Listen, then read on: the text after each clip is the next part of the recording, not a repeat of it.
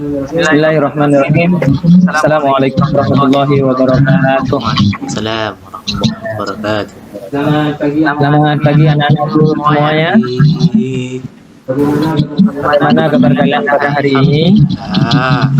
Sehat semua, Pak. Baik, alhamdulillah sehat walafiat. Semoga tetap dalam lindungan Allah Subhanahu wa taala. Baik, anak-anakku, sebelum kita melanjutkan pelajaran pada hari ini, maka saya akan membacakan dulu absensi pada hari ini. Yang pertama, Muhammad Zainuddin. Hadir, Pak. Hadir. Muhammad Faisal Naufal. Hadir. Ya, kemudian Ahmad Falihin. Pak, hadir. Rajin saya, Pak. Ya, Agus Jayadi. Hadir Pak ya. Dan Luciana Amin.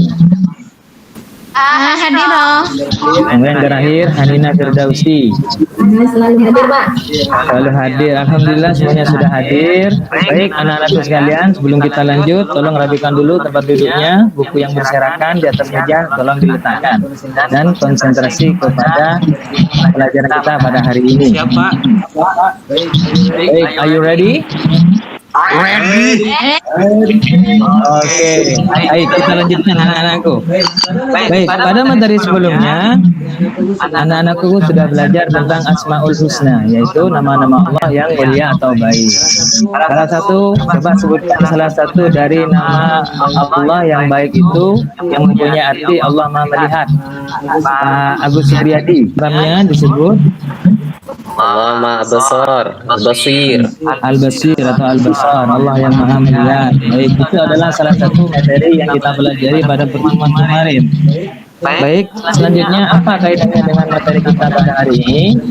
Tentunya dengan Allah yang Maha Melihat dan mengetahui segala bentuk perbuatan manusia, dan nantinya manusia akan selalu cenderung untuk melakukan perbuatan baik atau akhlak yang baik. Dan kemudian setelah manusia berhasil melakukan perbuatan yang baik, maka dia akan terhindar dari perbuatan yang buruk atau akhlak tercela, perilaku tercela. Ada beberapa akhlak tercela yang bisa kita temukan pada perbuatan atau pergaulan kita sehari-hari. Di antaranya adalah perilaku nifaq atau perilaku ghadab. Jadi anak-anakku sekalian, materi kita pada hari ini yaitu tentang akhlak tercela atau perilaku tercela, yaitu nifaq dan ghadab. Sampai di sini bisa dipahami anak-anakku? Paham, Pak. Paham, ya. Paham. Kemudian sudah mewakili yang lain. Oh iya, Pak. Ya, baiklah anak-anakku. Adakah di antara kalian yang tahu apa itu nifaq dan apa itu ghadab? Ya, silakan. Terus Diana Amin, ya Rabbal Alamin. Apa yang diketahui tentang nifaq atau ghadab? Kalau nifaq itu sebenarnya. Kalau Ya. Oh gitu. Ya, bagus. Oh, pintar ya. Terus Diana Amin ini pintar ya. Nilainya 100 ya. Belum kita memasuki kepada pembelajaran sudah ada pengetahuan tentang materi. Bagus ya. Yang lain bisa meniru ya. Oke. Baik anak-anakku, kita lanjutkan pada kegiatan selanjutnya, yaitu gambaran atau manfaat kita mempelajari nifaq atau ghadab ini. Tentunya anak-anakku saya akan menjelaskan secara global saja, tidak terlalu terperinci, yaitu tentang nifaq. Jadi nifaq itu adalah perbuatan, sedangkan pelakunya disebut dengan munafik. Ya. Jadi kalau arti kepada bahasa Indonesianya, nifaq itu adalah mengada-ngada, buat-buat atau berpura-pura. Sedangkan orang yang melakukan perbuatan tersebut disebut dengan orang munafik, yaitu ucapan, perbuatan ataupun sifat yang ditampakkan kepada orang lain itu bertentangan dengan hati nuraninya atau terbalik. Di hatinya hitam, tapi yang ditampakkan bisa putih, merah dan segala macamnya. Kemudian ghadab itu berasal dari bahasa Arab sebenarnya ya, sama dengan nifaq tadi. Saya Bapak guru lupa menjelaskan tadi dari kata Arab yang mana, tapi ghadab itu berasal dari kata ghadiba yaghdabu. Ghadbun. Jadi bentuk masdar dari kata ghadiba yaghdabu. Artinya marah atau emosi. Ya, dalam hal ini anakku ataupun kita semuanya sering merasa atau pernah melakukan emosi ini. Apa sih emosi atau marah itu? Itu adalah sebuah keadaan atau gejolak jiwa yang terungkap melalui sikap, ya, menyikapi terhadap sesuatu yang mengganggu ketenangan hatinya. Baik dia dikucilkan, dihina, kemudian diolok-olok, perlakukan tidak sepantasnya, sehingga menimbulkan sebuah respon ya dari orang tersebut untuk bersikap.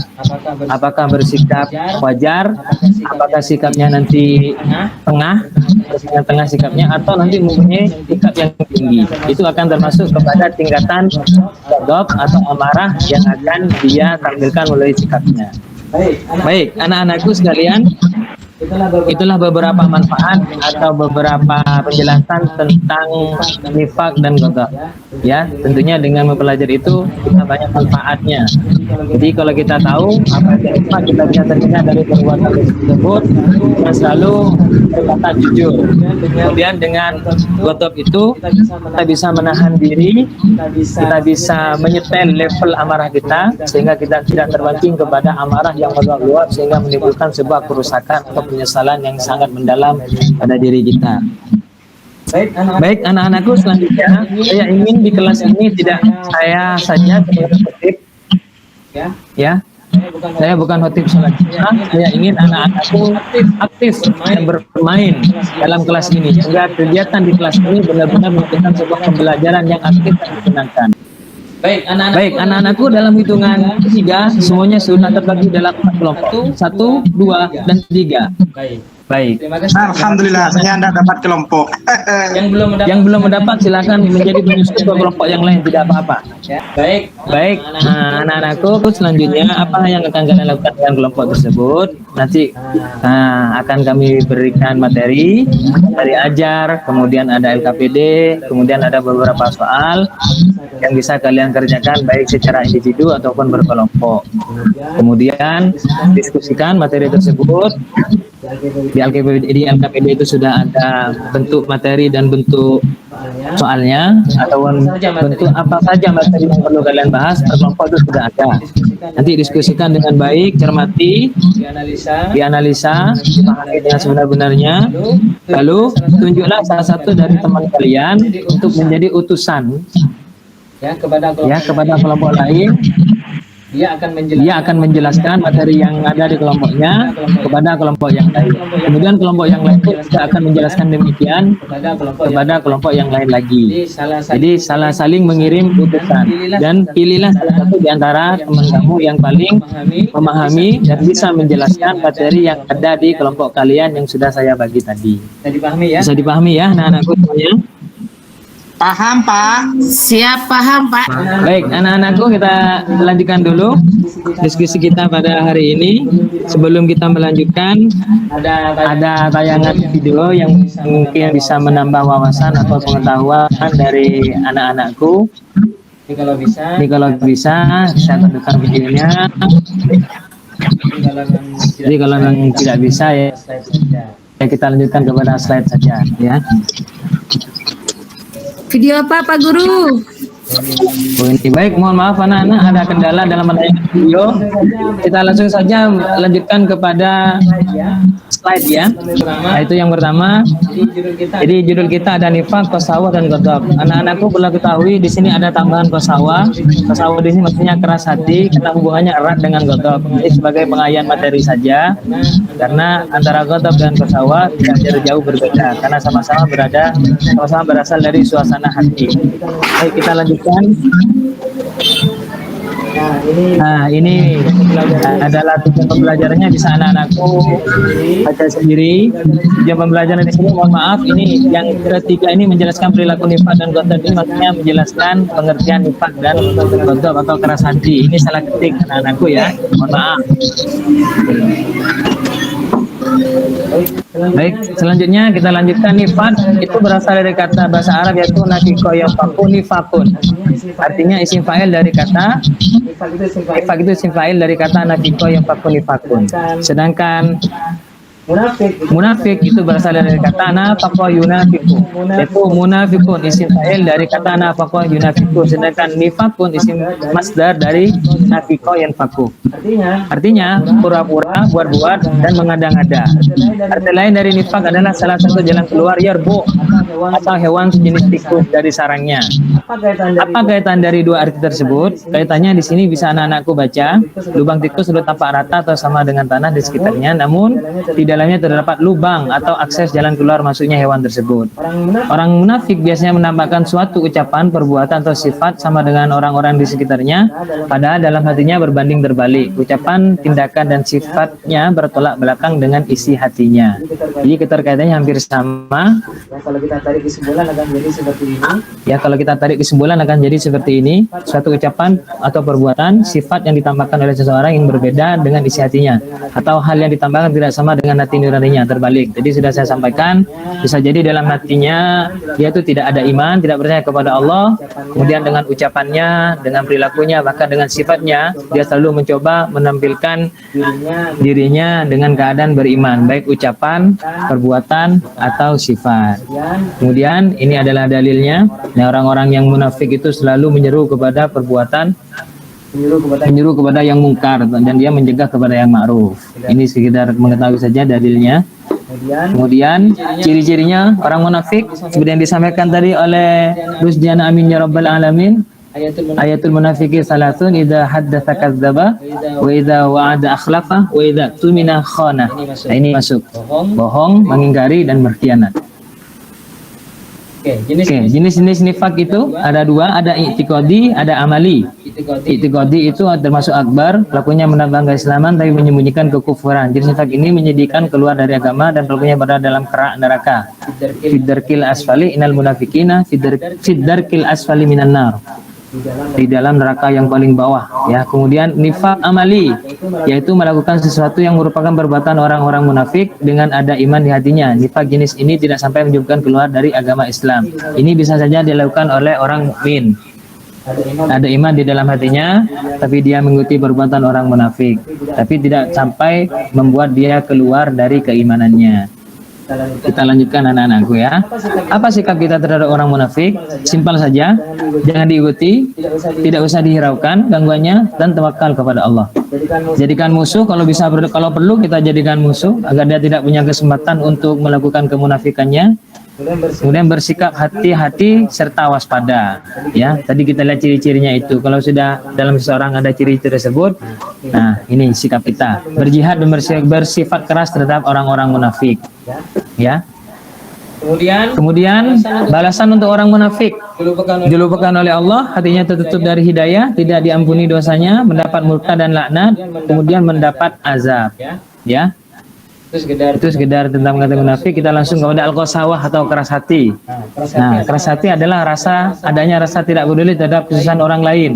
Seseorang yang hatinya mengalami kondisi tersebut tidak merasakan kepedihan dan penderitaan orang lain. Sumber keras hati ini adalah karena ia dikalahkan oleh kekuatan buas hawa nafsunya. Nah, ini pengertian ini hampir sama, ya, mempunyai kemiripan dengan pengertian ghadab, ya. Nah, sebab-sebab kerasnya hati itu terlalu banyak bicara, meninggalkan kewajiban, terlalu banyak tertawa, terlalu banyak makan, ya. Nah, Zinuddin, hati-hati ya, jangan terlalu banyak makan. Makan kalau lapar, berhenti sebelum kenyang, nak, ya. Kemudian banyak berbuat dosa. Iya Pak Guru. Ya. Sudah lapar saya. Ya, Pak Guru juga lapar sebenarnya, anak, ya. Ini tanggungan yang harus diselesaikan. Ayo kita maju dulu. Berteman dengan orang yang tidak baik agamanya. Ya. Kemudian agar hati yang keras menjadi lembut bagaimana? Ala bi dzikrillah tatma'innul qulub. Ini sama dengan disampaikan oleh Ibnu Al-Qayyim, yaitu lembutkanlah hatimu dengan berzikir. Nah, tadi masuk kepada bab berzikir yang disampaikan oleh Ibu Istiqomah kalau nggak salah, ya. Ibu Iin Pak Topan. Oh, Ibu Iin, ya, Bu Iin Sumiati. Mohon maaf Ibu. Sebab-sebab agar hati menjadi lembut. Bagaimana caranya? Sebabnya yaitu iman dan kepada Allah dengan sifat-sifatnya, membaca Al-Quran. Ini bisa dibaca sendiri, ya, anak-anakku, kita singkat saja. kita langsung kepada pengertian ghadab. Ini berasal dari bahasa Arab. Ghadiba yaghdabu, ghadbun atau ghadban, artinya marah atau emosi. Gejolak jiwa yang ada dalam diri seseorang berupa sikap terhadap sesuatu atau orang lain yang mengganggu dan mengusik ketenangan hati, baik berupa hinaan, cacian, pelecehan atau perlakuan yang tidak sepantasnya. Itu bisa menyebabkan yang ghadab, ya. Nah, ini salah satu dalil atau ayat tentang ghadab. Wal kadhimin al-ghaidh, yaitu orang yang bisa menahan hawa nafsunya. Siapa itu?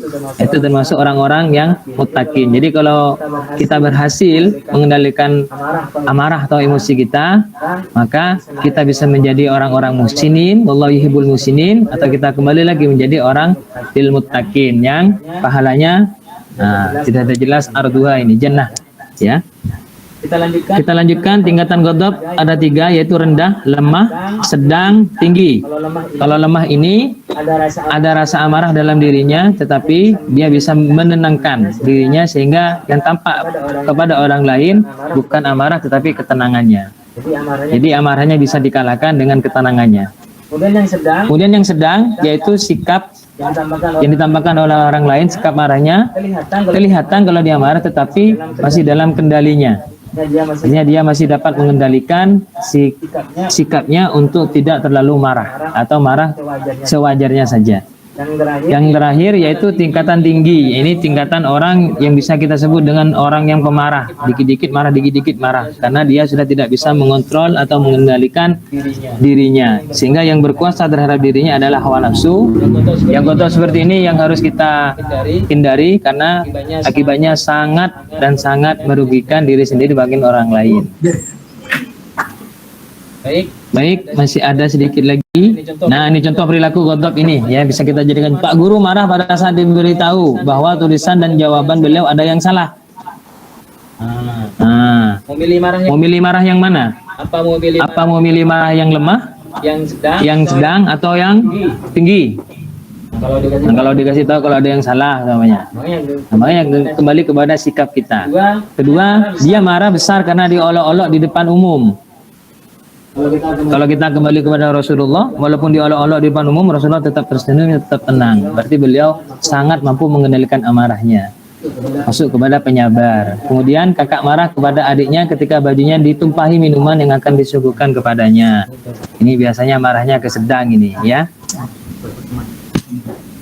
Cara menghindari ghadab seperti ini bisa dibaca selanjutnya, dan sekian, terima kasih, ya. Baik, dari pengertian tersebut, anak-anakku, silakan kalian diskusikan dengan kelompok kalian di LKPD kalian itu. Saya tampilkan LKPD-nya mungkin sebentar saja. Nah, ini kelompok 1, ini kelompok putih. Apa yang harus ini ada sudah permasalahannya sudah ada, kemudian ini pengertiannya. Jadi pengertian nifak, ini ada masalah, kemudian bahas dengan pengertian nifak. Kemudian yang kelompok 2 yaitu jenis nifak. Nah, permasalahan yang perlu dibahas baru-baru ini silakan dibaca sendiri dengan kelompoknya. Kemudian kelompok 3, kelompok biru, apa permasalahannya, yaitu pengertian keras hati atau ghadab. Ini permasalahannya di atas sudah ada. Kemudian yang 4 yaitu membahas tentang dampak negatif dari ghadab. Ini sudah ada permasalahannya.